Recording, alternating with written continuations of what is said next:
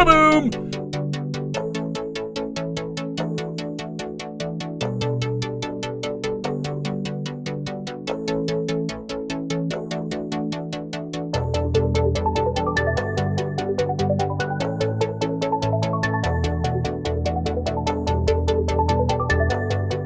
Hey, what's going on, folks? Ty here from Breaker Culture, part of the Bench Clear Media team.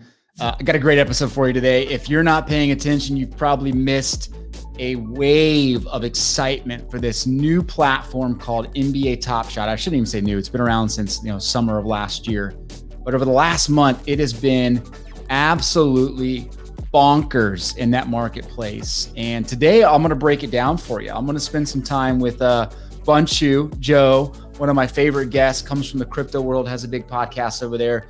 And then about halfway through, I dial in a couple of our popular Discord personalities in the Breaker Culture Discord, and some guys that have really been doing well in the Top Shot space. They share some of their strategies for what's working now and give you some tips and kind of how to navigate if you're not involved in Top Shot now. Maybe some things you could be doing, and if you're involved in it, some things that you should be thinking about.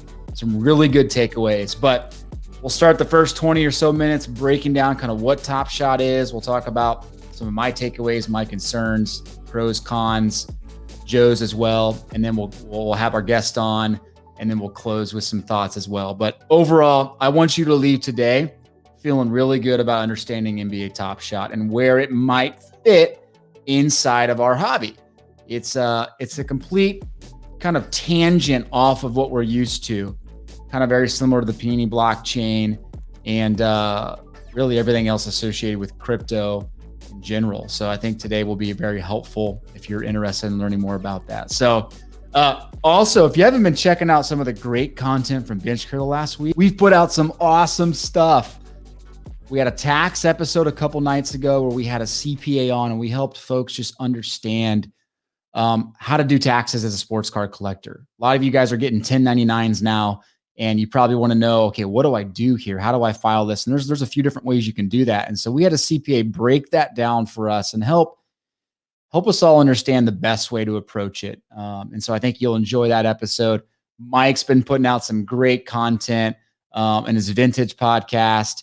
There's going to be some new episodes next week from The Poll, a really retail-oriented episode that'll be fun. And I think Jeff's cooking up some good stuff too. And of course, check out everything that Pat Geek and Up North are doing as well. Tyson finishing up his podcast for the NFL season. I'm sure he's cooking up some more things also. And then finally, go check out everything Ed's doing. Ed is doing some cool stuff with his Nostalgia Hour. He sits down and just retro games with people and opens up packs for 45 minutes. It's some pretty fun stuff. So all in all, Bench Clear putting out some really unique sports card content. Hope you enjoy it. But until then, go enjoy this episode all about NBA Top Shot.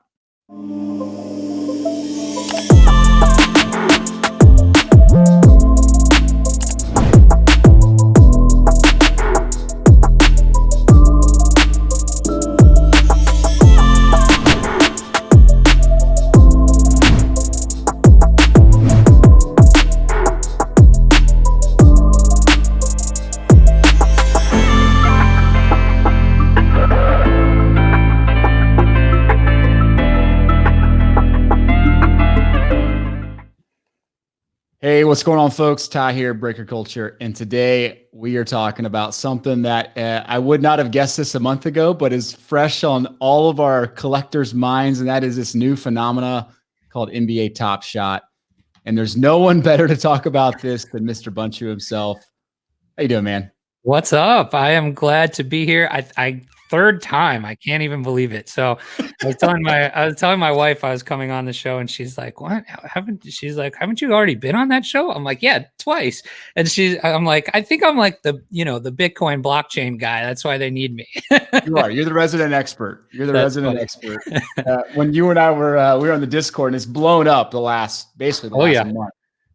Like the digital card Top Shot channel is getting all the activity. And then you and I about a week ago were like, okay, we need to talk about it. I think you're going to talk about it in your podcast too. You'll probably have something from Dapper on.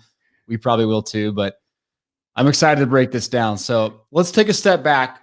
for all those that, by the way, congrats on your kid. Oh, thank you very much. Brand new, give the details?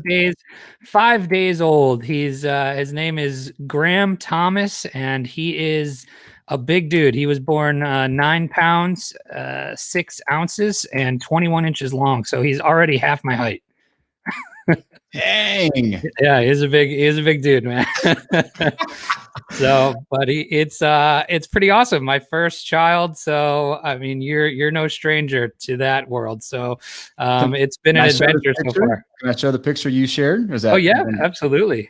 Check this out, man. This is a good looking dude. Come Oh, on, look now. at him. He's Come on now. Look at him. Oh my God. He's posing already. Somebody said, Graham Thomas is a celebrity style name. And he's already doing photo shoots. Look at that. What's the history behind Graham? Is it a family name, or where'd it come? Thomas is my dad's name. So we used the family name for the middle name, and we actually had 2 names picked out. We actually did not know if it was going to be a boy or a girl. So we waited and we were surprised, which was really cool. So we had 2 names picked out if it was a girl, 2 names picked out if it was a boy. And we were 90% sure we were going with the other name. And he came out and he was a monster. And we're like, he's not an Oliver, he's a Graham. And so, Graham. Yeah, he's like, and I mean, I think so far the best is all of the weird nicknames that Graham lends itself to. Like I called him Fly Slam a Grandma the other day, Graham Slam, a baby Graham Piano. Like I was just, anything you can do with Graham, I was doing it. So I think it worked out nice. You're going to have some fun with that one. Oh, for sure. And it does. It's got a nice ring to it. Graham Thomas. That's pretty sweet. Mm-hmm. Yeah, it's good stuff. Nice. All right. So let's jump right into this and talk NBA Top Shot. So let's take a step back and define kind of what's going on for those that don't know anything about NBA Top Shot. And then we'll really start to dig deep into really what's happening here. But at a very high level, why don't you break down what NBA Top Shot is? Kind of the 5-year-old version.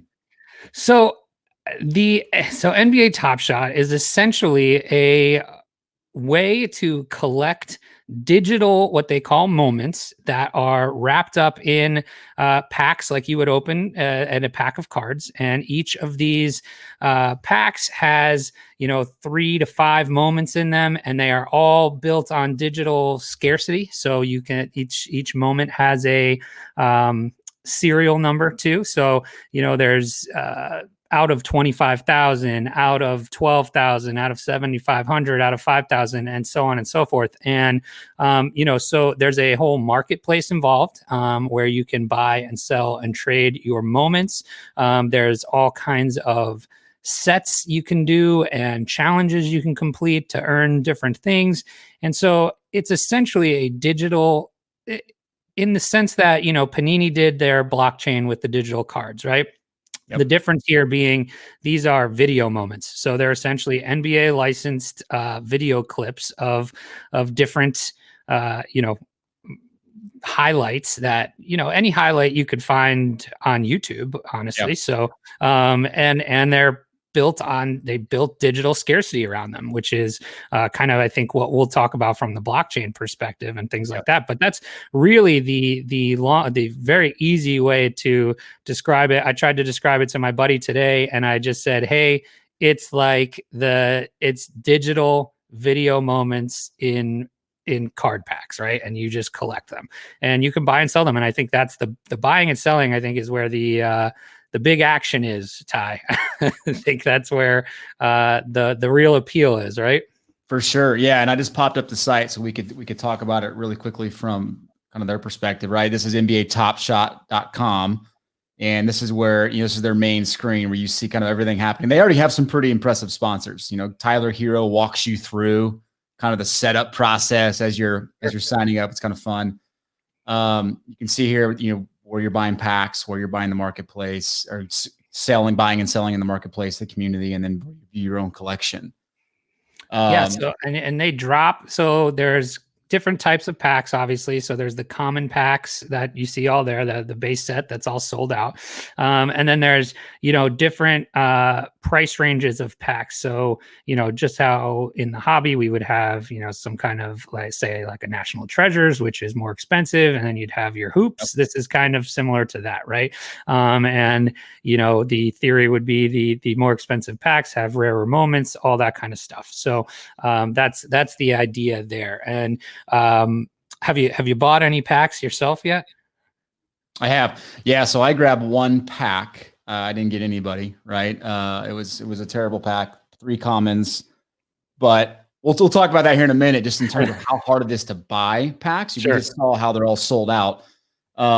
But just to finish out your thought, like you saw the packs, and then here's the marketplace where you can buy and sell these moments, and you can see the numbered, how rare they are, common, rare cards, and the prices on some of these they're gonna blow your mind. I mean, right before the show, right? You got a common Devin Booker that sold for what, $350? $375, and it's so crazy. I opened the Cool Cat pack that I was able to reserve the other day, and they, you can reserve a spot to buy it. They were trying something out, I think, with how they're going to be distributing. So I was able to reserve a spot to buy the pack. I bought the pack the next day, and then it was delivered the following day.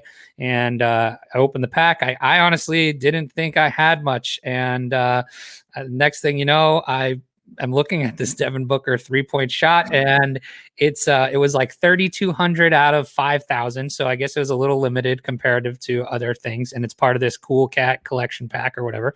And the lowest bid or the lowest ask was like $395. I'm like, holy cow. So I put it up for sale at $375 because I kind of just wanted to see how fast it would move. And literally in 3 minutes, it was gone. In 3 minutes, it was gone. And I sent you a screenshot, and I was like, I can't believe this. It was wild.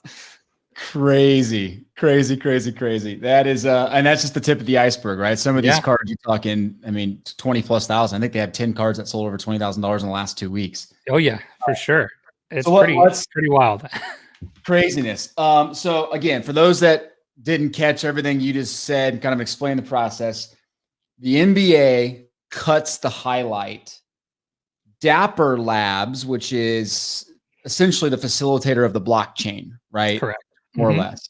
They decide how many of that highlight are going to be sold, and then number them, right? And so they place scarcity on these highlights. They put these highlights then into those digital packs that you can buy. And then you can go buy those packs anywhere from, it looks like $9 for the standard pack right now, all the way up to $300, I think, in some of those cases. And so, then the thing with Dapper too, like you said, it's all built on the blockchain, right? Which is a little different than, so that's what allows for that digital scarcity. We can kind of go into a little bit of the more technical side of that in a minute, but the Dapper, like you said, is the facilitator there, and they're the one that's minting these, what they're called NFTs, which stands for non-fungible token. And that's essentially what all these moments are. NFTs, which is non-fungible token, meaning each moment is unique, right? So fungibility, if you're talking $1 equals $1, you and I can trade that dollar back and forth. It has equal value, right? Not something that's non-fungible would be my house versus your house. They're different. They're both houses, but they're unique and they're not worth the same. They're, and that's what makes these, that's what gives the scarcity to these, right? So there may be, 25,000 of a certain moment, but you have each one with a digital serial number that is trackable, traceable, all that kind of stuff.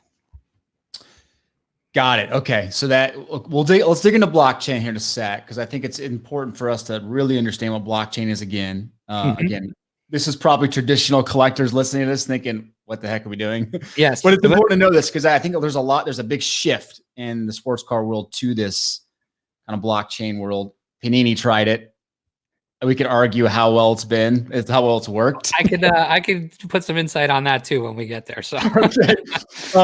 But you open that pack, you get those cards, and right now you're getting 3 cards. Once you get that pack, you get those highlights. that go into your kind of encrypted portfolio where you can showcase those or you can resell those in the marketplace. That's what's happening right now. Very simple. Right now, if you sign up, it is a total cluster trying to figure out if the site's going to work today, if you're going to be able to actually get access to packs. I think their idea is to try to release these packs probably daily. I don't know if they're going to get to that point. I don't know. I don't know if you know that. I think that, from what I've heard, the common packs they want to get to a point where anytime somebody can go buy a common pack is what I've heard. And then they're going to do more scheduled rare release drops, I believe. So that's the way I understand it from talking to people and see it being in the Discord. And I think that's where they're trying to get. But obviously, with all the hype right now, even they're dropping 25,000 of these packs at a time, and you can't get one. It's nuts. It's nuts. Yeah, you thought trying to get retail product on Walmart and Target site was bad. And to their credit, I think they're doing a pretty good job of kind of blocking out bots in this world right now. I think they're trying to scan and filter out bot accounts. So we'll see if they can manage to maintain that. Because I think the limit's one per person, right? You can only purchase one at a time. Yes, correct. It started as they were trying to beef up the servers and do some tests, and then it was 5 per person. And that's when I first, my most recent. What's crazy about this whole thing? Yeah, I actually had an NBA Top Shot account that I made in October. So I've known about this for quite some time, and I didn't really do much with it. I played around. I bought it 1 or 2 packs, and then the thing blew up. So, and then I was able to get 5 or 6 packs in the last couple weeks here, but that's it. It's crazy. Crazy. So I will show real quick what my portfolio looks like of my 3 packs, just so people get a feel for this. And you're going to be blown away with how good this account is. I have a Zubac, a Valanciunas, and a Draymond Green. You can see here I have all 3 of these. I got them out of a $9 pack. They're all common cards. They tell you which number they are out of that common print run. And then if I wanted to go look at my Draymond Green, moment, you can see the moment I own, right? And here's my username, MU Tigers, and you can sell it. You can own it. You can view your listing, whatever you want to do. Add it to your showcase. That's it. What's your username? MU Tigers what? 77. 77. All right. So we friend each other in this thing. I don't even know how that works. I'm not sure, but the a little later too, I have a tool that people can use if you want that will actually help you give an idea of what your moments are worth, a baseline of what your moments are. So it's actually, I don't think it's related to the project. I think it's something that somebody built to kind of help people value what they have. That's awesome. Yeah, let's dig into that here in a little bit. That's a great takeaway. Okay, so we've set the stage. You own these highlights, and just for clarification, these highlights that Draymond Green you just saw, that's a highlight that I could go watch on YouTube, right? Mm-hmm. It's not like it's NBA pulled it off and you now own the rights to that specific moment. It's just a moment that you can go watch any other place. Correct? Yes, that's totally correct. You could, so that's I think kind of the crux of this whole thing, and where it's a paradigm shift almost from, what it's funny because I consider myself like this hybrid collector because I love, the sports card hobby. I love my physical cards. But I'm also very into all of this digital assets and digital collectibles and the NFT art stuff. And so it's a really interesting paradigm shift and hybrid that it takes a while to get there. Right. But I think, and you tell me what you think of this. I think that there's signs across the whole industry that are saying, hey, we're okay moving to some sort of digital piece, right? We're so used to the physical, but really, when you see these, let's take the Mickey Mantle of the $5.2 million Mickey Mantle, right? That guy's, after he got it delivered to him, it is now off somewhere in a vault, right? He doesn't have it anymore. Let's take Star Stock, right? We got all of these people using Star Stock now, but the majority of them are not buying cards and having them shipped back to them. The majority of them are not even probably getting them graded. They kind of just sit there, and it's really what's driving it all is this tradable value, right? And people are trading value, and I think that's kind of why this has blown up so much, and that's why it's okay. Yeah, you could go watch that on YouTube, but that's not the point, right? There's digital scarcity built into this and rarity, and that's what people are trading. Because when a Devin Booker 3-pointer is worth $375, right, and somebody's willing to pay that, that tells you right there that there's something different going on than just the highlight itself, right? I'm not sure. What's your take on that? Yeah, I mean, look, to your point about the Mickey Mantle, right? I think some of the pizzazz of owning the mantle, yeah, you put it in your vault because you spend so much money on it and because it's so rare. But the fact that you can pull it out and know that this is one of, X number of Mickey Mantle PSA 10s that in existence, like, that's a pretty crazy thing. Yeah, you could see a picture of it, but to own it in your hand and hold it, and to know it's not, for some people, not some pie in the sky kind of arbitrary scarcity. It's a real scarce item. They don't make this anymore. Yeah, and I agree with that, and I get that. Like it's totally true. There's if I have the only one, that is valuable, right? But if there's a marketplace where holding or owning a lower numbered one is also value, that's interesting too, right? Like you can see that people are trading this value, and it's just, I mean, sports cards are the same way, right? They're only valuable because people are willing to say that they're valuable and they hold value. And what makes a sports card not valuable? It's common, right? It doesn't necessarily matter if if there was 2 million Mickey Mantles, they wouldn't be $5.2 million, right? So, but if there was, that's why serial numbered cards are more valuable, right? This is really just a serial numbered asset, and they're people are trading the serial number, and that's what's happening. And I think, when you talk about what are these highlights, and yeah, they're just ordinary highlights, but the people are trading the created scarcity of them, and it's kind of similar to what we do with sports cards. And yeah, you can hold it, and I get that, like I get the tangible piece of it, but when you talk about a pop report, and that's part of what goes into your decision to make a purchase, I think it's very similar. And I know it's hard to make the leap, right? But once it, if you think of it that way, it's kind of not really different, right? Like if you I'm gonna go to like a blockchain and crypto analogy, right? Like gold is to Bitcoin as like physical trading cards are to these NFTs, these non-fungible tokens, right? Each trading card that we have in our collection is essentially its own NFT. It's not necessarily the same value as another one. I'm not going to trade you a 100 serial or an out of 99 serial numbered Eloy Jimenez for a common, right? They don't have the same value. And I get the tangible piece. Like people want something tangible, but when you really think about why these hold value in the first place, it's not necessarily the tangibility, it's the scarcity, right? And that's kind of that's my outlook on it, and why I'm so easily able to say, yeah, I can see value in these digital things, right? Yeah, no, and I think that's good context because you have a lot of experience in the crypto world, and you kind of know the mindset that it requires to be successful. The whole gold to Bitcoin analogy, I think, is probably pretty close.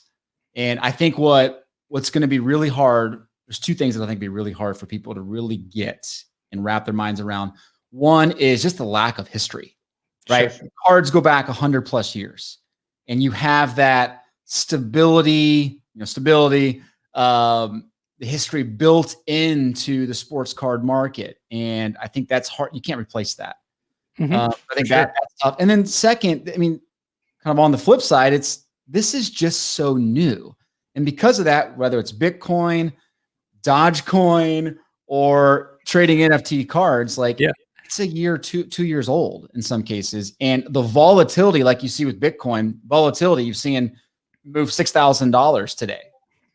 For sure. That with gold, because it's just people don't know how to really, they can't figure it out. So there's so much volatility. I think you're going to see the same thing here. It's going to be incredibly volatile. Yeah, 100%. And that's going to be with any of these new assets, new marketplaces. You've seen the same volatility in star stock cards, right? Like and that's, I mean, it's very simple. I like the analogy to star stock because it's also something most people are not touching with their hands, right? Like I'm never going to go take my star stock cards and bring them out of the vault, most likely. So that makes sense to me, that comparison, right? But it is going to be volatile. And, the thing is it going to be Top Shot in the future? Top Shot might just be the first introduction of something like this, and they have a really good head start, but is it going to be them in the future? Who knows? But the idea, I don't think, is going away. Well, so let's give a little context in terms of kind of where money's flowing into it. So Top Shot has been around since June of last year, correct? Yes.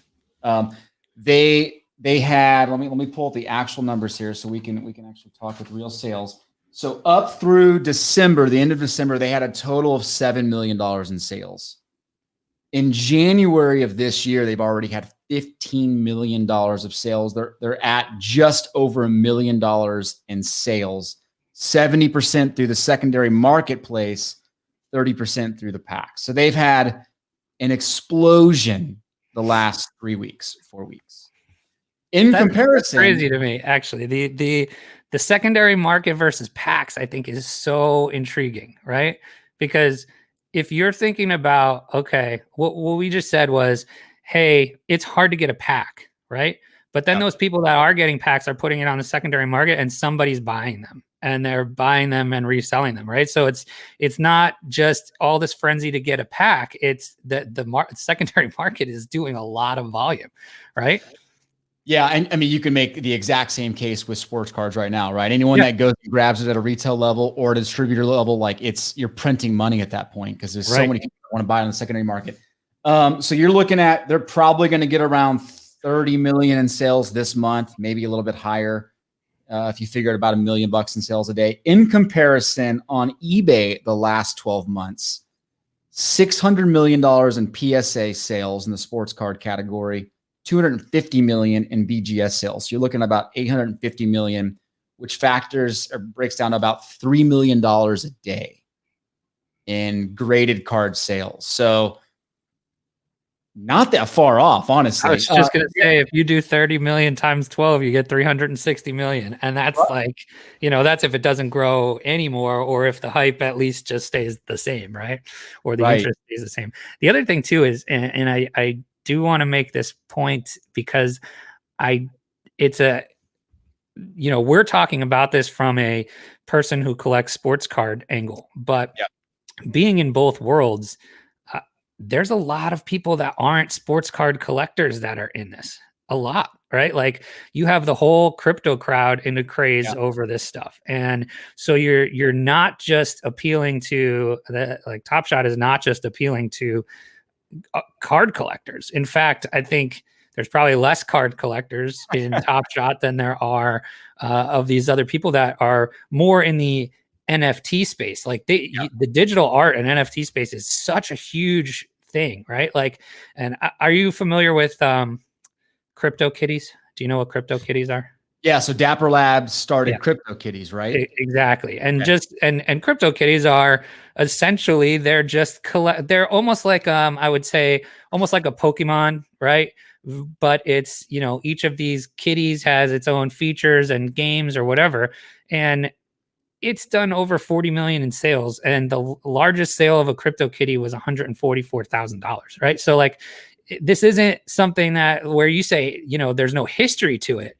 It's not necessarily true, right? Like the NFT space has a history. It's new, but it's got a history, right? So it just may not be digital sports cards, but there's a history here. I'm going to stop you there. So are you trying to tell me the history of Top Shot can be tracked back through crypto kitties? Is that 100%. What we're going to stand on? Yeah.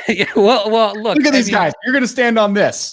Well, look, hey, the look up while you're sitting there, CryptoKitties $100,000 auction, right? Like these things went for $140,000 that somebody paid at auction for, right? So like, my only point I'm trying to make is that the NFT space is huge, and so when you're thinking about what's the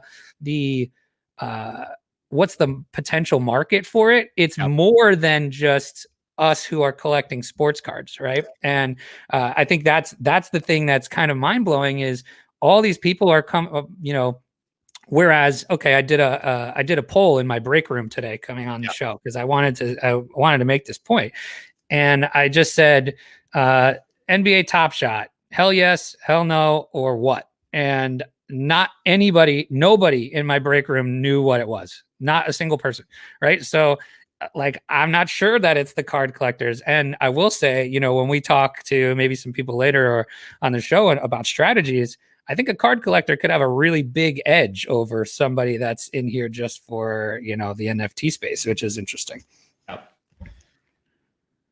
I don't disagree. I mean, I think we absolutely have an edge, right? It's a no-brainer. Just understanding it, period, I think gives you a massive edge right now. Okay, so let's talk a little bit about pros and cons kind of with NBA Top Shot. I'd love to get your perspective. Like we can toss out lots of pros, right? You just mentioned one basically with just a whole new market that you're tapping into. Kind of that parallel is now you can get into international markets a whole lot easier. Mm-hmm.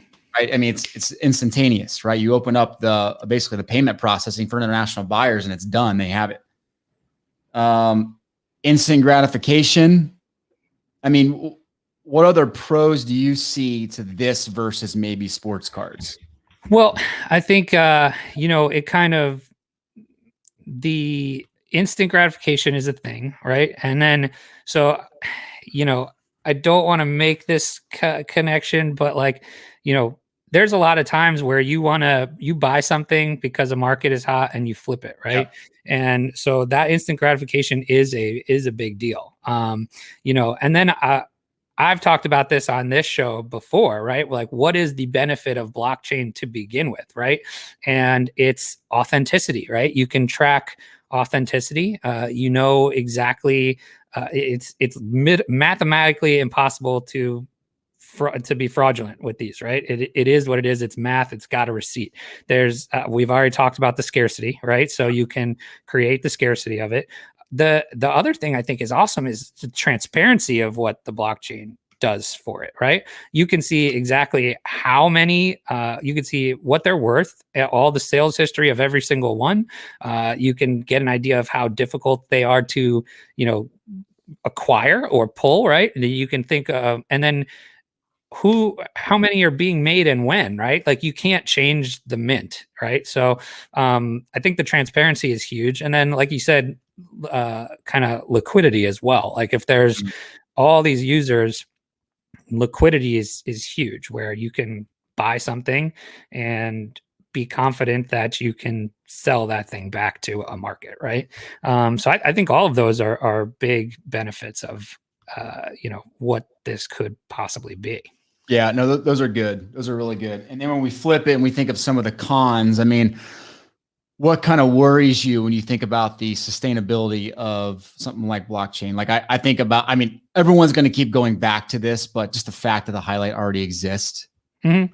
And I think, I mean, again, I'm going to go, I think that's kind of irrelevant, right? Because you're not trading. It's the same thing when you talk about like NFT art, right? Which is a thing and it's got a huge market. But the thing that everybody always says is, well, you can just screenshot that. Can I just screenshot that? Yeah, you could. And if that's what you're into, if that's why you're into it, you absolutely could, but you will never be able to participate in that marketplace, right? And when people see that there's a marketplace around it and that you can post a Devin Booker three-pointer and it can make you $300 in 5 minutes, that, you know, it doesn't matter that it exists somewhere else to watch. You own the serial numbered piece of what people are trying to acquire, right? So, and again, I think it's kind of, you know, hey, can I just take a picture, or can I just print out the picture of a First Bowman, you know, Adley Rutschman card? Yeah, you could. And so, you know, I think it's kind of, I get it. I think it's kind of an irrelevant question, though. You know, it's why do you like? Why are you collecting the thing that you're collecting? Is it, and you got to ask yourself that before you play in a place like this, because it's probably not for everybody. And don't go chase it just because you see the hype and craze of this market, right? You just have to ask yourself why you're participating in what you're doing to begin with, right? Is it, I want to hold something in my hand, I want to show it off, but you could do that with this. Like I have, this is not a joke, I have a 1-of-1 Michael Jordan NFT art piece that was created by Matt Scherzer, who is an MLB baseball player, and I own that. And it's a digital Michael Jordan interactive piece, and I can display it on my digital picture frame in my house. But so like I own that art, right? And it's the same thing. Could I just screenshot that and put it in my house? Yeah, but someday I'll be able to sell that back if I want to, right? And you can have a collection just like that. So, you know, it's definitely, I get it. It's hard to wrap your head around. Yeah. And to that point, right? I bought these packs. I bought one pack, and I think many people have bought these packs. I'm definitely not sitting there watching my highlights. Right. That's exactly the point. But with my cards, I do sit there and I look at them. I drool over them, put them in bed. I'm totally kidding. You sleep with them under your pillow. Exactly. And there's slabs, of course. No, but yeah, you're right. I mean, people, it's very similar to what's happening with GameStop and all the craziness around that, right? No one cares about the fundamentals. The fact that GameStop, right, it's GameStop, was a awful company. They were losing. They were not fundamentally sound, irrelevant company. They're almost an obsolete business model. Essentially, AMC, right? I mean, they were raising money to avoid bankruptcy, but it doesn't matter. People, they saw an opportunity, they jump on it. You could argue blindly, right? And sure, they're making their money, and the crowd's behind it. I think right now we're seeing the crowd is building. It's behind NBA Top Shot. We saw the same thing with Project 2020 a year ago. In your opinion, what is there a difference? Like, what is the difference between this and Project 2020, right? Like, because the hype around it feels similar, but I don't think they're similar things. Yeah, I don't think they're similar in the sense that I think it's a different market. I don't think you were appealing to the collectors. Here, I think it's, I mean, if they ran a poll, I would guess it's probably less than half of like NBA card collectors are what's driving the prices. I'm telling you, that's what I mean. Like different money. There's a lot of money flowing in that crypto space right now. Right. So I think that's probably what's different. But I think the number one buyer and seller that I saw for the whole platform is a crypto NFT artist. Like, he's not a card collector. he's a crypto artist and gets the idea, right? And he got in way early, so I'm sure he's got moments that, you know, no one will ever afford at this point. But, you know, and but that's, I think the difference between something like Project 2020 is the scarcity, right? Like the Project 2020 was print on demand. So you ruined, you basically junk waxed Project 2020, right? Like that's what we did. There was 2,000 in the beginning and people saw value in it. And that's why the prices went up. And because there was only 2,400 Ermsey Trouts. And then it's funny. I think that was the first time I was on your show, was we were talking partially about 2020, and I sold the Roberto Clemente. Yeah. Yeah. And but people caught on, and instead of there being a scarcity around it where to help keep the prices there, it was, oh, there's going to be 100,000 Keith Shore Griffies. And I'll tell you right now, I used 5 of them as coasters in my house. So let's talk a little bit about the similarities. I mean, Panini tried this. They're trying it. They're still doing it with their blockchain. I don't think it's worked. I don't think it's even relevant now. Why is that? And why would NBA Top Shot not go down that same path? So this is I think a little bit having to do with my point earlier that it's not all collectors at this point that are playing in it, right? One, I also don't think Panini's blockchain is actually a true blockchain. Like, it just seems like it's a digital card in their database, right? So it's not going to draw the crypto blockchain people, right? The other thing too, so I own a couple of these, and I own a couple of Panini blockchain cards, and I bought a Joe Burrow. I think it's an impeccable 4 out of 10, right? Auto. Mm-hmm. And then I bought a National Treasures RJ Barrett auto. And so I just wanted to mess around with it and see kind of what it was. And you know, there's an auction house, and the problem is there's just no traffic on it. However, I do see it picking up a little. I put the RJ Barrett out in the public gallery yesterday, and right now I have a $120 offer on it. So I can accept that offer for $120, right? So which wasn't the case around Christmas time when I bought it to do the experiment. Yep. They just sat there. So, you know, I wonder if this trickles down a little bit. And I do think, you know, when Panini first launched it, all they did was, it was a digital marketing kind of thing, right? They put it out, and you could do the Dutch auctions for them. I think what's maybe driving a little more interest now is that they're actually putting these as redemptions in some products, right? Yeah. So, you know, impeccable, they were out, and they're selling. But what's happening is they're selling on eBay in the redemption form, and I'm not sure they're getting as much secondary action on Panini's website. You know what I mean? Yep. Exactly. I ran some numbers just because you can sell your blockchain cards through eBay. Mm-hmm. Currently, right now on eBay, there's 245 Panini blockchain auctions listed. And in the last 12 months, 3,500 have sold. That's trending down, believe it or not. Only $410,000 in actual sales, $115 of the average price. Interesting. Okay.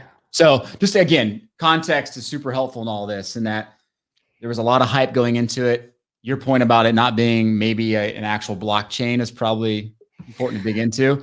Well, I think, and then I think that kind of, like I said, goes to show that it may not be right now the sports card collector that's into something like a Top Shot versus a Panini blockchain, right? Yep. Well, I want to dig into the blockchain stuff here in a bit, but I thought it'd be fun to have a couple folks from our Discord community that we mentioned earlier. 2 guys that have been killing it, at least I think. I mean, they're providing great strategies. People are gravitating towards Corey and Miles and kind of what they're doing. I thought, you know, let's have them on for a few minutes and talk about some of their strategies with NBA Top Shot. You cool with that? Yeah. All right. Let me wrap them in here. There's Corey. All right. There's Miles. Gentlemen, what's up? Hey guys, how's it going? You hear me all right? Yeah. Thanks for being. You guys were literally like an hour ago. I texted you guys, so thanks for being available to do this. Yeah. Corey, you a Cubs fan? What's going on here? Yeah, I grew up in East Central Illinois, so Cubs Cardinals country. So you aired on the side of the Cubs. Yeah, a lot of pain for a lot of years. So. Miles, where are you located, man? Seattle. So you're in, okay. A lot of pain for us as well.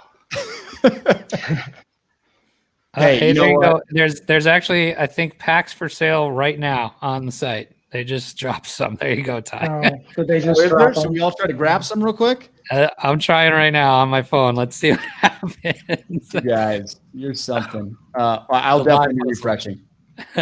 So what I wanted to do, guys, is I'd love just we spent the last half hour kind of helping people understand what NBA Top Shot is. We went through the site, talked about the history. I'd love to know from your guys' perspective, what's working. So maybe just answer the question of like, what are you guys doing that's working right now? And then over the next few weeks, what do you think is probably the best strategy for playing the NBA Top Shot market? So maybe Corey, if you don't mind, kind of tell us what's been working for you the last few weeks. Yeah, I mean, just to preface it, I don't have a lot in there. So I did get lucky a few nights ago. They did a drop at 2 a.m. Central Time. And I just happened to be up because I have a 2-year-old. That's how I got packs that night. I was up with the newborn. So I did get about 20 packs of release 7, 8, and 9. They were doing all of them kind of at the same time. So I think if you can buy packs, that's a great way to get in if you can get them. If not, it's kind of like the singles market. I've been focusing on kind of the lower end, especially people that I think were undervalued. And one of the strategies that I thought about even just 2 days ago was there isn't a big checklist yet. So I've been looking at the base checklist. So I went back to Series 1, compiled the list of players that were in there. And I was like, okay, out of Series 2, who was not in Series 1? And so technically their first moment. And so I did that 2 days ago and identified a pretty good checklist of 27 players who had a moment that was considered CC, which is continuing count, versus an LE, which is limited edition. And I was like, okay, these are the players I want to go after because I think they're going to be the next players that get converted into a limited edition, where basically means they lock in the mint run, which is the denominator of the moment. And so they won't mint anymore, but they still might have some held back that can still be released in pack drops. So I identified those. One of the big ones was Keldon Johnson, who did not have a moment in Series 1, but he had only one moment in Series 2. So I ended up selling one of the Cool Cat moment that I actually did get in the packs that they gave out to people who had difficulty purchasing one. And so I flipped that into a very low number, serial number, Keldon Johnson. And then I sold a LeBron 3-point moment, which is still continuing count, and a Luka as well. So I have 3 Keldons underneath 100 serial number now. I also bought a ton of them that were just the lowest bid. So I was buying, 5, 6, 7, 8 copies of ones that were selling for anywhere from $6 to $8 a piece. And those have already doubled, tripled in value since they changed to limited edition. And what you'll see now, there's still issues with the marketplace where they have false listings. So for Keldon and specifically, there's a listing saying that it's $8. So you'll still see people list a moment for $7, $6 because they think that they need to beat that lowest bid. So that is one issue with the marketplace that Top Shot needs to fix. But it's an opportunity that you can potentially snipe some cheap moments that you can immediately flip for, a decent profit. And it's all about microtransactions to me. Like, it's volume game here. There is a lot of volume happening on Top Shot if you look at the transactions. So you don't need to do the $100, $200, $300, $400, $500 or $1,000 moments. You can make a pretty good turnaround on some of these low value cards or moments. That's really helpful. So when you went and figured out the cards that were not in that Series 1 and Series 2, did you publish that out or did you share that in Discord? And I held it back for a little bit, but then I did identify some of them, the ones that I wasn't really targeting. I did identify some of those. But I did, until I committed to selling the Cool Cats and the LeBron and some of the higher dollar ones that allowed me to buy the really high or low serial numbers. I didn't say I was going after Keldon. But I saw on Twitter, another person actually had the same idea yesterday. Watch the Breaks. He's a pretty popular Twitter account, but he was going after Brandon Clark. Brandon Clark for the same reason. So I saw Ivan doing that today. Ivan's trying to buy up stuff. So Yeah. what I think is interesting about that is the same person that you're talking about is right before I came on to do this, he tweeted that he was buying Cool Cat moments. He would match the lowest bid, and he'd pay you in PayPal. Right. So part of the reason, that's attractive. You can't right now, you can't cash out because they've got to do KYC, AML, all of that kind of stuff. So that's a quick realized actual real life profit that somebody is offering. So which I think is interesting. Well, he also did an auction on eBay for his Zion moment that he purchased a week and a half ago for $200, and then he flipped it for $1,300 or something like that. Wow. So, Crazy. on eBay, so he got instant payment. Interesting. Okay, Miles, I'm going to loop you in here. So I'd love to know kind of your perspective on things. You've been given some really good advice on Discord, just helping people out. What's kind of your perspective on things right now? What's your kind of your core strategy when approaching NBA Top Shot? I agree with a lot of what Corey said. You can focus on those lower price guys right now in Series 2 and find a lot of value. I've been focused on stars a lot more than kind of the lesser known guys, which a lot of those were the ones that went limited edition with their first moments. So Keldon Johnson was probably the best one of the bunch. John Wall was also, but people already have been picking him up from the start. Gordon Hayward. But yeah, I think focusing on value of just players and how they're performing, I think is going to be big going forward. The serial number game is going to just continue to matter more and more as the counts get higher. If you can get a 3-digit as opposed to a 4-digit, it's going to matter. The market has shown that. So that's been my strategy, is just find guys that are undervalued and get as low of a serial number as I can to try to double up. Interesting. By the way, there's my latest update. I've been circling this processing payment for the last 5 minutes. That's me too. Same one here. Don't worry. And if it fails, just hit refresh. Do not back out. You guys are ahead of me. I'm still loading purchase. But that was another thing that when I first started, I think that from a card collector standpoint, may be hard to grasp. Is what Miles just said, is the front serial number matters, right? So, the lowest, if it's the one of 12,000, whereas we're kind of ingrained the opposite way as collectors, where we're like, oh, there's 12,000 of these moments, it's worthless, right? Whereas it's the opposite with this, the number one moment or the jersey number moment, they're bringing in crazy amounts of money, even though there's still 12,000 of these identical moments. I think that's a good point, and that's why I think this is still more crypto than it is sports cards.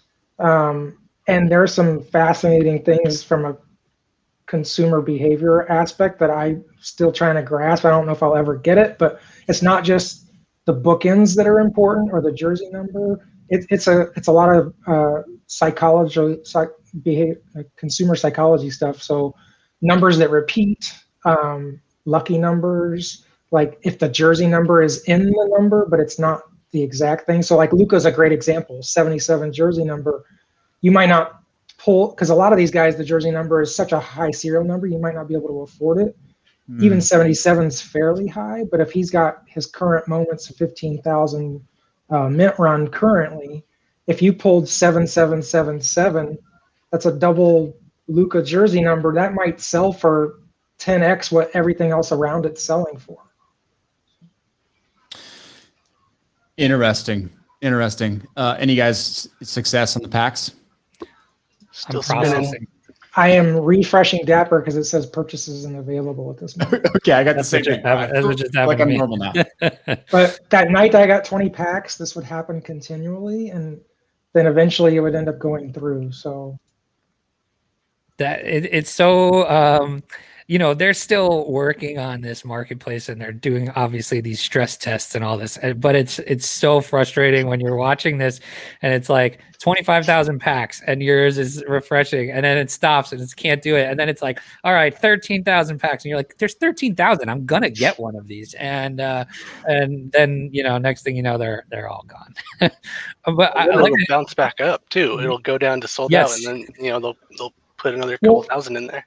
I think that's important. I think that's one of the anti-bot technologies that they're trying to implement, where they're trying to limit the stock count and let it go out of stock to kind of prevent people from doing multiple purchases at the same time. I still believe that while they're making commission on all these transactions, that the real value of this site is going to be the technology they develop. So the patents and the IP that they can develop around how to make these kinds of transactions in this marketplace. To be able to license that out or to sell it to someone else, I think is worth way more than the percentages they're scalping off of these transactions.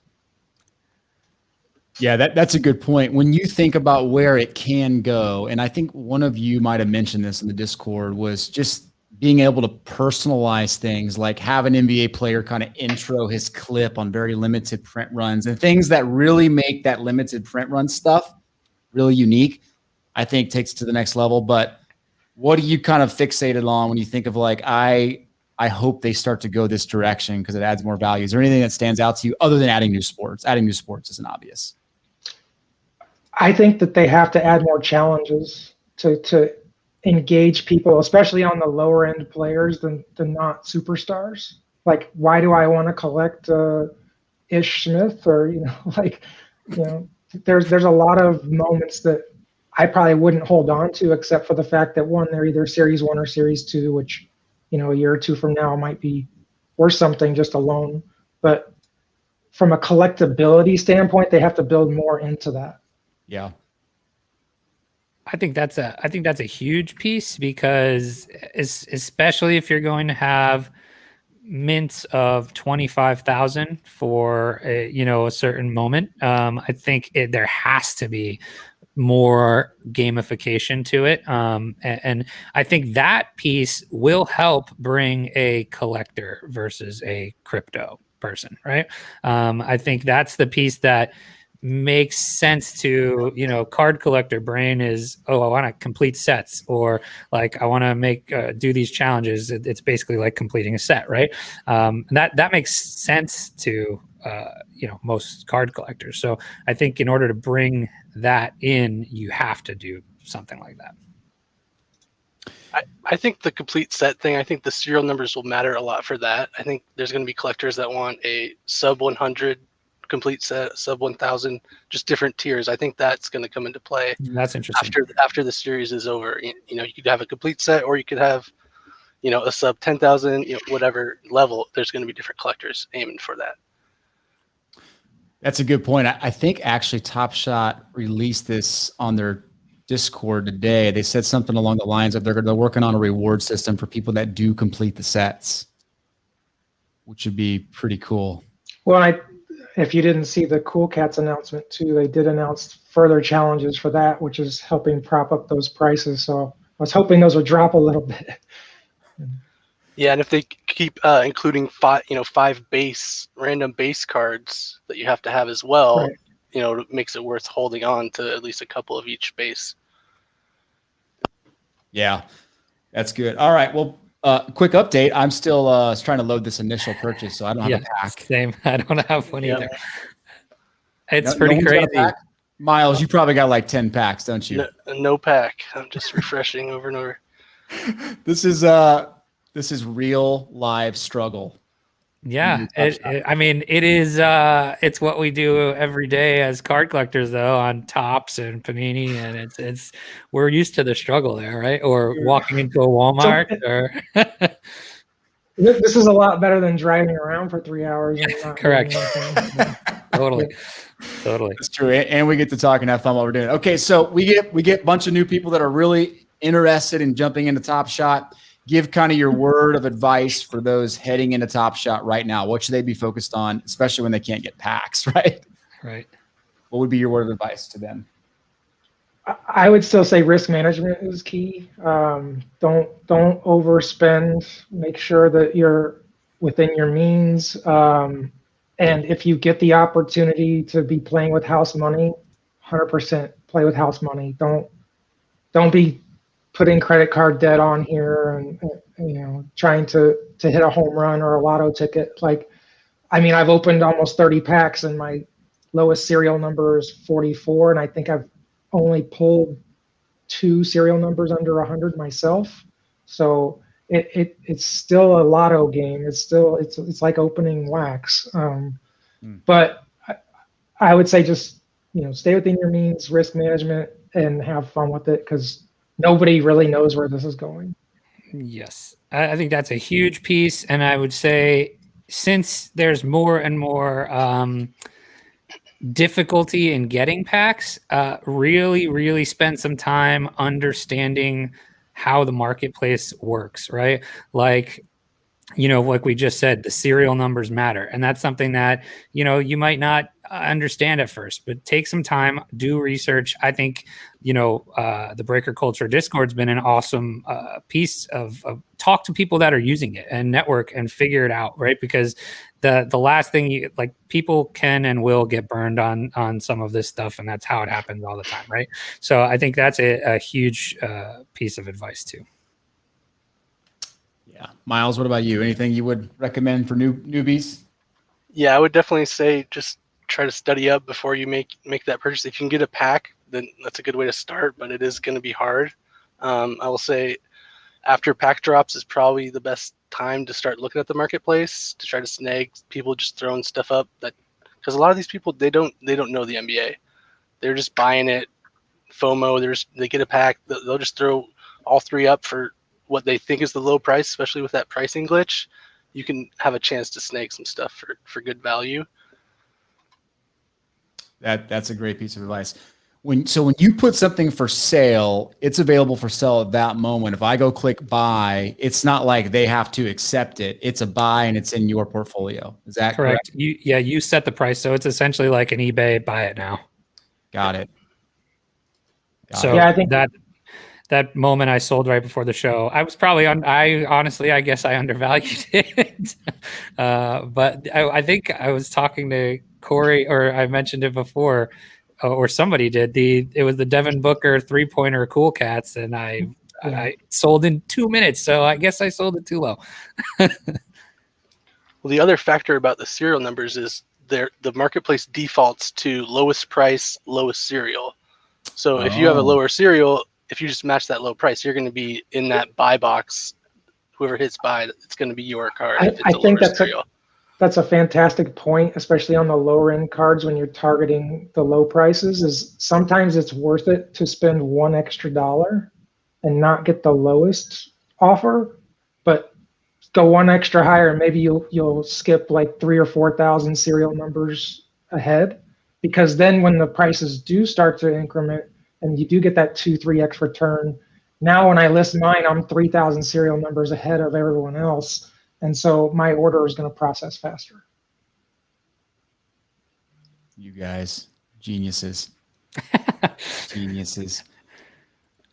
Maybe opportunists. Yeah, there you go. No, I don't know if I would classify myself as a genius. These two are much smarter than I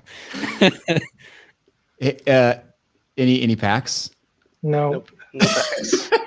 I got the error like 2 or 3 times that I had to go back, and then it says that you have to complete your existing purchase, and it asks you if you want to continue your existing purchase or cancel it altogether. I've decided to try to continue, but that doesn't seem like it's worked. Well, I will say from experience that if you get an error on Dapper, do not leave Dapper. Just hit F5 and refresh. Smart. Because then it takes you back all the way out. That I made that mistake a bunch of times the first. You basically get back in the back of the line if you right. Yeah, that's how I got my Cool Cats on one of the drops. It just showed up 20-30 minutes later. Oh, okay. That's good to know. I'm just going to keep refreshing Dapper. Okay, so let's talk about resources outside of NBA Top Shot. We mentioned the Discord channel. There's plenty of those. Breaker Culture is a great one. What are the resources do you guys use? Joe, I know you have a site Yeah, so I'm sure these guys know about it as well. It's the intangible dot market. It's a little glitchy, and it's not the most up to date. It's obviously it's something that somebody put together as a tool to help. But it can help if you enter your username in it. It will tell you kind of what your minimum. So yeah, if you put your user do account valuation there, Ty. Okay. And then you put your username in here, and it'll tell you kind of what your baseline for your 3 moments is. Oh, there you go. It's so bad they don't even have it. So yeah, the word on the street is it keeps going in and out. So I'm not surprised. But if you can get it to work, it was kind of cool. Honestly, at the first time I was grabbing packs, it worked really nicely for me. It's how I knew that Devin Booker was worth anything at all. So that was a good tool for me. Got it. What about you guys? Any other tools you guys are using, or is it just do the work? That one I've used, but again, the data just refreshes so infrequently that it's kind of become useless at this point for me. So I just use the marketplace, and someone on one of the other Discords built a tool that sorts the listings, so it makes it a lot easier to find kind of the opportunities. Okay. There's Crypto Slam as well, where you can look at the mints and also kind of recent sales. And then other than that, just the checklists that are when you go to a pack on Top Shot, you can when they have a link, you can look at the checklist, so you can see who's available in that release and what serial numbers are possible. And so before they went LE on all these 27 guys the other night, the Series 2 release 10 packs really weren't as exciting as the previous releases because the KD LE and the Trey and some of the other Series 2 limited edition, like 7500s, weren't in these packs. So now that all these other ones have now become limited edition at 12,000, the values come back, and so there's a lot of cards you can hit and immediately sell for 3-4 times what you paid for the pack. So where can you see the checklist on packs if you go into one of these? So open up the pack page. So just click on any one of them, yep, and then scroll down under pack details. There is a check complete list. Yeah, right here. And so it'll bring up a Google Doc. Now, for identifying single release lists, I do this. If you wanted to look at the entire list for Series 2, then you go to the marketplace and use the filter. And what I did was opened up the page source, and there is one line in the HTML that kind of has a complete list of the players, and you can parse it out and get the player list that way. Nice. Unreal. I wish I was smart enough to code all this stuff into a add-in like some other people, but I'm just old school. So. Okay. Miles, any other resources you're using? Or are you? Yeah, the Crypto Slam for sure. You can find your sales on there. Then you can see, if someone bought something from you, you can see what else they're buying. I did that this morning with the people that were picking up the new LEs. Mm-hmm.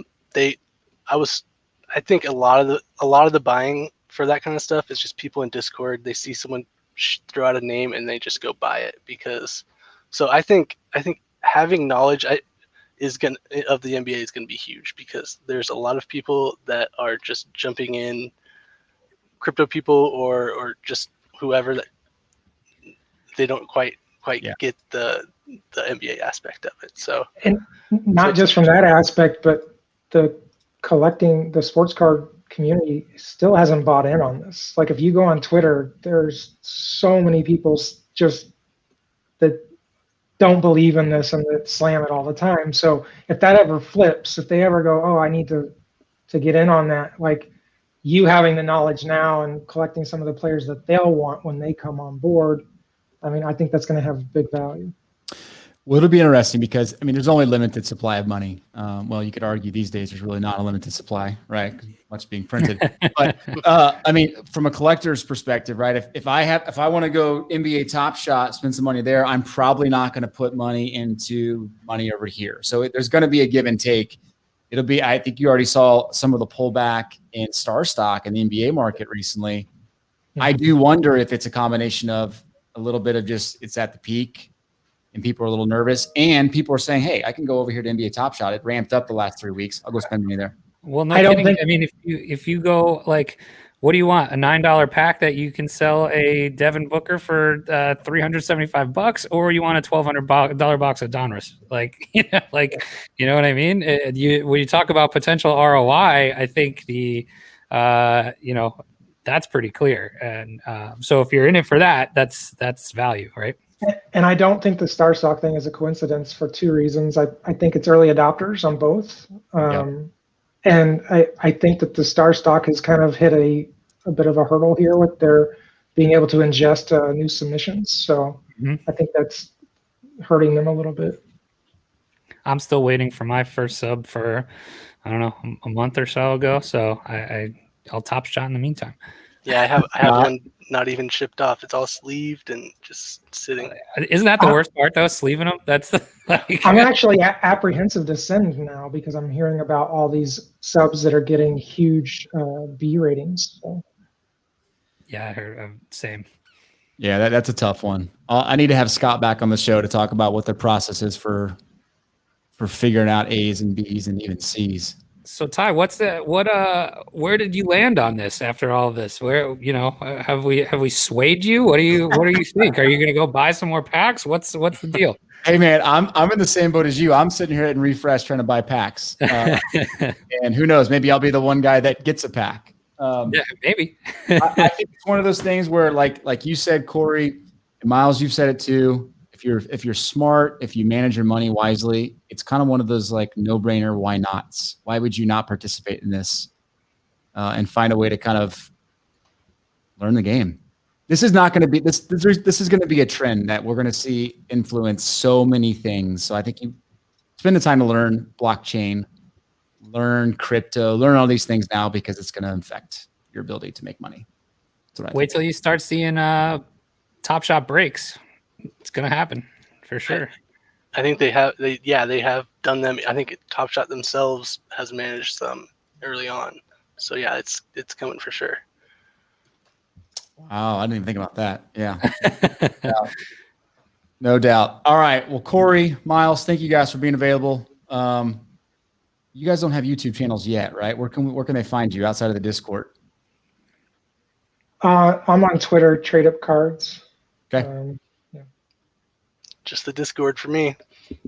Miles laying low in the dark. I'm the lurker, but no, I'm having too much fun. I gotta come out and.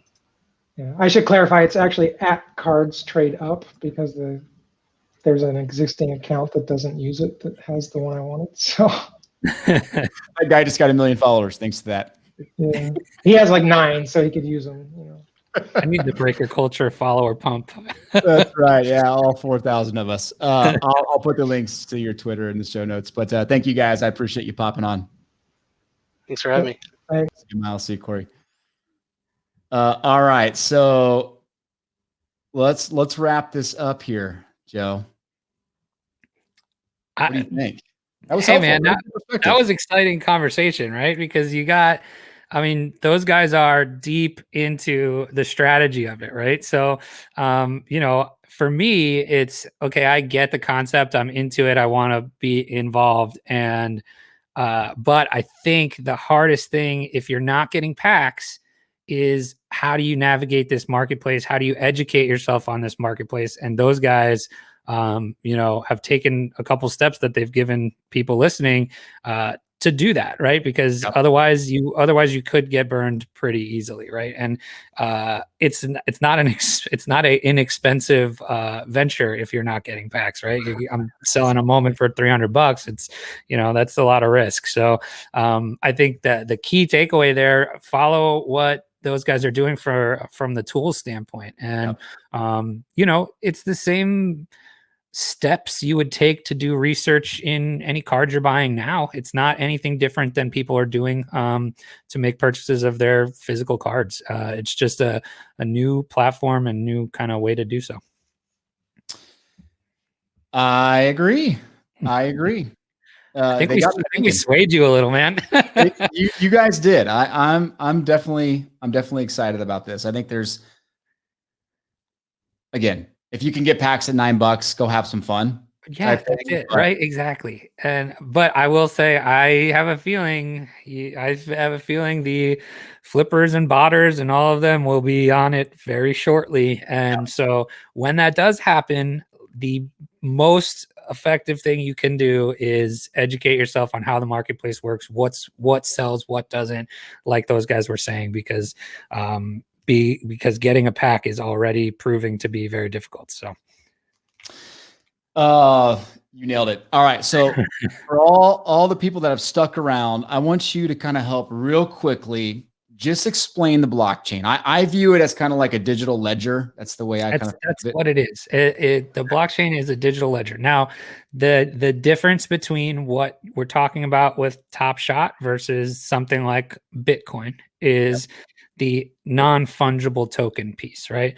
So Bitcoin is a ledger. It is an immutable, uncensorable ledger that will show you literally every transaction that's ever happened on it.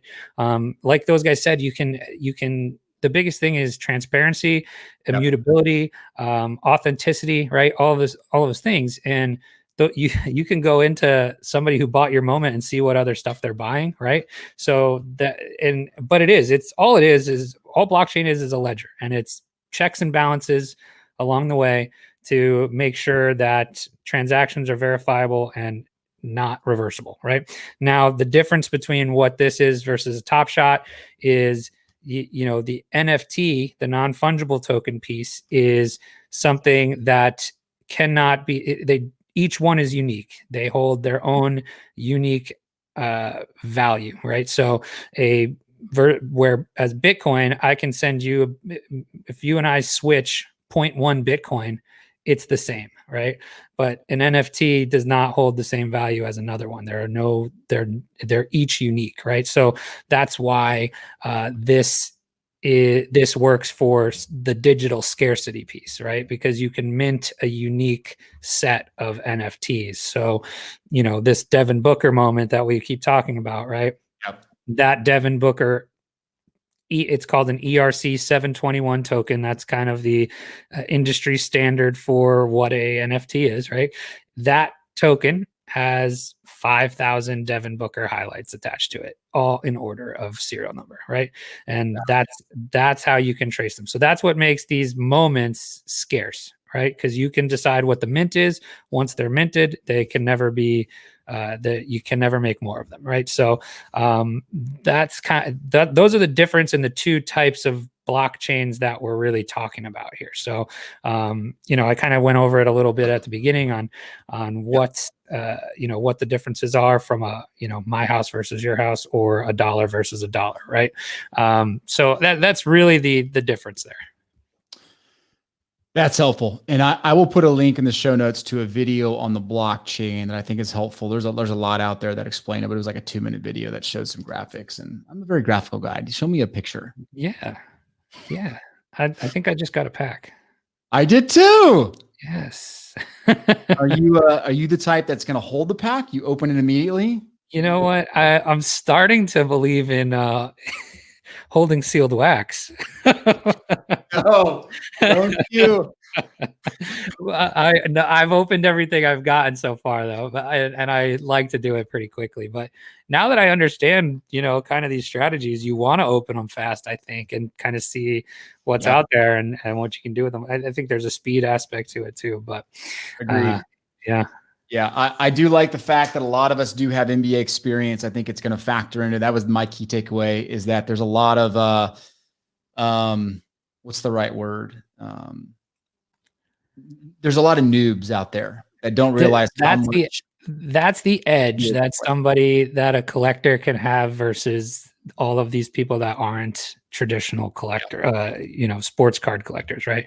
That's the edge that you can have, and people are making a lot of money off of it. So, again, I think Corey hit it on the head. It's got to be risk management, but that's the same with anything, right? It's the same getting into sports cards. It's the same when you're buying, altcoins and crypto world. It's all the same stuff, right? If you have the discipline and you can educate yourself, I think you'll do well. There you go. I love it. All right, man. You were super helpful today. This was fun. I can't wait for round 4. Yeah, I'm sure it's going to be soon. Maybe one day you'll have me on your show. How about that? Heck yeah, for sure. I know. Sure. I don't get crypto enough. I can't hang with you guys. If you ever listen to our show is 90% nonsense, 10% crypto. So I can fill in that 90% nonsense. And my co-host is I would pound for pound one of the biggest Laker fans on the planet. So he could talk some basketball for sure. Oh, that'd be fun. Well, I can bring the Nuggets love and the Spurs love with us into the conversation. So awesome, perfect. I did just get my pack, so there we go. I got confirmation. I think I got it. I'm trying not to do 2 things at once. Well, you now can't refresh and get new packs. I don't know if it's just so slow right now. Yeah, it's tough. I mean, I'm telling you, bots are coming. They're coming. They're coming. If not already there. Yeah. All right, man. Go enjoy Graham. Have yourself an amazing weekend. Thanks, man. Appreciate it. Pleasure as always. Yeah, man. We'll see you. Bye-bye. Thanks. Bye.